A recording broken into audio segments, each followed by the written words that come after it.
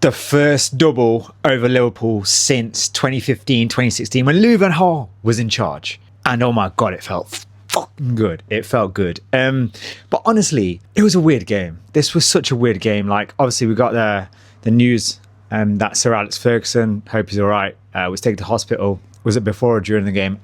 But yeah, hopefully everything is just precautionary. I think that's what they said it was anyway. Anyway, look, the build-up for this one was a bit weird because Liverpool have been shit this year, but they have been getting slowly back into form, but they came depleted with injuries into this game, let's be real. We've been playing pretty well. We play well against the big teams under Carrick. That's one thing you can definitely say we've done. But we've been getting results. And this was an opportunity for us to really stamp our authority, especially on this Champions League position, and gain it. Like, if we win this game, we're in the Champions League next year. So a lot of incentive on this. We're playing at home to Liverpool, arguably our biggest rivals, because just the history in terms of the success between the two clubs in England. And this match delivered, man. Like, I know they had Freddie Woodman in goal, who I think's the guy, I think he was at Newcastle, I'm not mistaken. But yeah, so, I mean, they had him, they had no recognised striker in the team. So, look, they were up against it. But saying that, like, it's not like we had our first choice centre-backs available. So, look, you can make excuses here and there. But we came flying out the traps in this one. Like we have against when we played Arsenal, when we played Man City. We came flying out. And you saw that intensity. And we were on it, man. We were on this game from day dot. Like literally, like you saw us creating chances. Bruno getting on the ball, creating chances as he always does. And then Cunha provides that first goal, man. And I'm not going to lie to you. I've not been a massive fan of Cunha. I feel as though he's a bit too hero ball. But look, he took advantage of the situation. And he generally turns up in these big games. That's what he's done this season. No one got the assist because it was obviously off the back of like a block shot. But he was the first to react and bury it in the bottom corner, 1-0. And we just didn't let up. That's one thing I love about this team under Michael Carrick. We just keep going and going and going. And we went for the second. And Bruno plays a lovely ball into Sesko, who I think they were saying, was he held back or not? I don't know. But he should have finished it, I'll be real. But anyway, it goes back out and then comes back in. Bruno heads it across. And then Sesko kind of like bundles it over the line. And look, Sesko was actually a threat in this game. I still think he lacks a bit of belief in himself. I think that's, and I've said this since before we signed him. It's why I was really iffy on the signing. I was like, I don't think he has a self-belief to really progress in a United shirt. But look, he got his goal, and there was like these dumb arguments for a handball. I was like, even if it like slightly touched his arm, what was he going to do with his hand there? Don't know. One thing annoyed me though wasn't Bruno's assist, just because Freddie Woodman got a hand on it. So that was kind of annoying. And at 2-0, we were absolutely killing this game. And then we actually went on a break on the 26th minute as well, which ended up with Bruno having a shot. I went just wide. And honestly, someone of his quality should have been put on target, and it would have been 3-0. And that's game done and dusted in 26 minutes, which would have been insane. However, what happened was we kind of took our foot off the pedal a little bit after that, I think, because I think we let's just control it a little bit. And Liverpool got a bit more of a foothold into the game in that sort of second half of the first half. But we went in 2-0 up, and yeah, it was looking all good. And then the weird stuff, the weird thing that happened at half time. So Sesko got injured.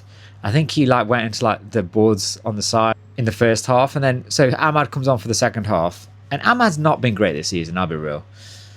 And he just further compounded that by giving away the ball for Liverpool's first goal in the middle of the park. Didn't need to play that ball. I don't know where he was playing it to. There's no one there.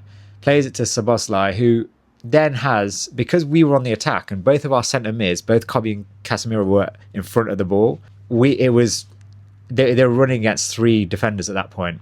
Ahmad obviously tries his best to get back, but one thing that I just didn't get, no one went in and tried to engage. It's like we just backed off, and that just allowed Szoboszlai to just go forward.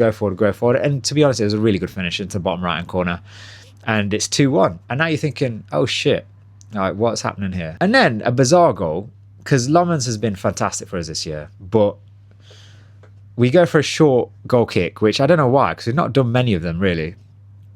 And he tries to play the ball to Casemiro, nowhere near him, and then they just work it round and tap into basically an open goal with Cody Gakpo finishing it. So now it's 2-2. I'm like, what the hell has happened here? We we could have scored about 3 or 4 goals in the first half quite easily. Now we're 2-2. How has this happened? And then Bruno could have got another assist from a Casemiro header, which would have been poetic because I think that would have taken Casemiro on to 10 goals this year for him, which has been insane. Where we had a free kick in like the centre circle and he puts it in right to Casemiro's head, and it's almost like he had too much time and he just puts it straight at the keeper. I was like, fuck's sake, this isn't going to happen. But then it's a bit weird how football works, isn't it? Because you could talk about coincidence and shit like that, but the fact that Kobbie Mainoo just turned 21 a couple of weeks ago, just signed a massive fat new contract to keep him at the club for the next few years this week.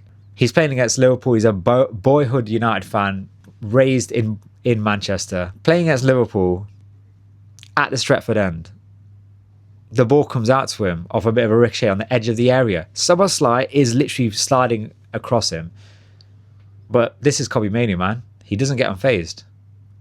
Over the top of the ball and just caresses it into the bottom left corner and wins the game for United. And look, I know loads of people have chatted of how good Kobbie is and his potential and whatnot, but the biggest thing for me has been his improvements since he's come back into the team. And it may be this, look, I hate giving Amorim credit because I feel as though that guy should be locked up for not playing Kobbie Mainoo. But maybe he made Kobbie Mainoo like, you know, more robust, let's say, in that centre midfield role, because he's come back stronger. He looks like he has a bit about him on the ball in terms of just holding people off. We already know he's agile and he's quick on his feet. He's already got that. His passing has got a bit better as well, I will say. So he's added a lot to his game. And one thing I hope, because obviously we know Casemiro's going. Casemiro played very, very well today. And his most underrated attribute, in my opinion, which I did not see at Real Madrid, just because I just don't think he never had the rights to do it there when you got Kroos and Modric around you. His passing is elite. His first touch passing, sometimes he gives it away, and I've seen him give it away and it annoys me. But when he gets it right, and he gets it right more often than not, I'll be real, his passing is elite and he can quickly transition from defence to an attack. And I think that's what Kobbie is learning from him. You can see in his game. But a bit disappointed that Bruno didn't get another assist to equal the record. It would have been cool against Liverpool. So, yeah, man, look, all in all, I was a bit annoyed we didn't hit him for 4-5 because the amount of dominance we showed in that first half was insane. But a win's a win, and Champions League is Champions League. Now, on to the issue of Carrick. So a lot of people now are saying, this is Carrick's job now. It's his job. I'm still not sure, personally. I think, look, if we can't get anyone else, I still think Nagelsmann would be my top choice. If we can't get him, because it looks like everyone else is, and I'd love Jose would be my number one choice, but let's be real, that's not happening. He's going to Real Madrid. If we can't get Nagelsmann, I'd be okay giving Carrick another year. Not more than that. And the only issue is when you give a manager not much time, it can give players more power in the dressing room, because now they're like, oh, this guy's only staying like maximum a year anyway, so fuck it, we'll just run riot. But I feel like he's got the command and respect of the main groups in the dressing room. So I don't think that should be an issue. The only reason I'm saying this about Carrick is because when you're coming in as an interim, there's no expectation on you. There's no expectation on you to win loads, like, you know, to get us, improve us back to competing for titles and whatnot. When you become a permanent manager, you get a lot more pressure on you. And that's why I never wanted Ollie to get the manager job when he got the perm. I was like, why? I think Carrick's got a bit more about him. The only thing is, like I've said, I just don't... He plays well against the big teams, but against the shit teams, we've got very lucky where we've got results this season, and we've also seen us drop points like at Leeds at home where we got beat and things like that. Yeah, that's what concerns me. But look, he's earned the right to be in the reckoning for the next permanent manager of Man United. That's like, he's got a win percentage of over 70%, and he's helped us do the double. Although, look, as much as I hate Amorim, he got the first leg of that done this year, which sounds mental. So yeah, look, we played well. We're into the Champions League. And now what I'm hoping for the rest of the season is, firstly, Bruno get the assist record. This is a cursed record. I said this like literally about 3-4 weeks ago. It's hard to get this record. I think Kevin De Bruyne had a few games to go when he was on course to break it, and he never broke it. So we'll see what happens on that front. Second of all, what I want to see is us giving some youth players a chance. I want to see Shea Lacey get a chance, because that's another criticism of Carrick that I've seen. I feel like he could have used the youth a lot more. But yeah, I'd love to see Lacey play. I'd love to see some other players. Jim Thwaites deserves coming through, I think, in the centre mid as well. And then the third thing, try and get Casemiro for another year. I can't believe I'm saying this, because I didn't like the signing, and overall, I don't think he's been a success. I think he's had a very good 12 months, and he had a very good 3 months in his first year. 15 months in total of 5 years. However, I think for the leadership qualities and what he can teach, I'd love to see him around the club for another year. But honestly, look, a great game. We deserved to win in the end. And look, yes, they had injuries, and that's what it is. But yeah, I just think we need to really focus on building the squad now in the summer. And the first thing to get a squad is to get transfers. And to get transfers, you need to know who the manager is. So that's priority. Whether it's Carrick or not, that needs to be confirmed fairly quickly, I would say. Otherwise, we're not going to be able to move on our transfer targets. And it's a World Cup year as well. So players are more likely to delay things. And you don't want that, man. Like, we're in a pivotal moment in our sort of rebuilding phase. And we really need to kick on from here. Anyway, let me know what you thought of the game. Obviously, I was gassed. But yeah, let me know. Remember to like, share, comment, subscribe, all that good stuff. And I'll see you tomorrow. Peace.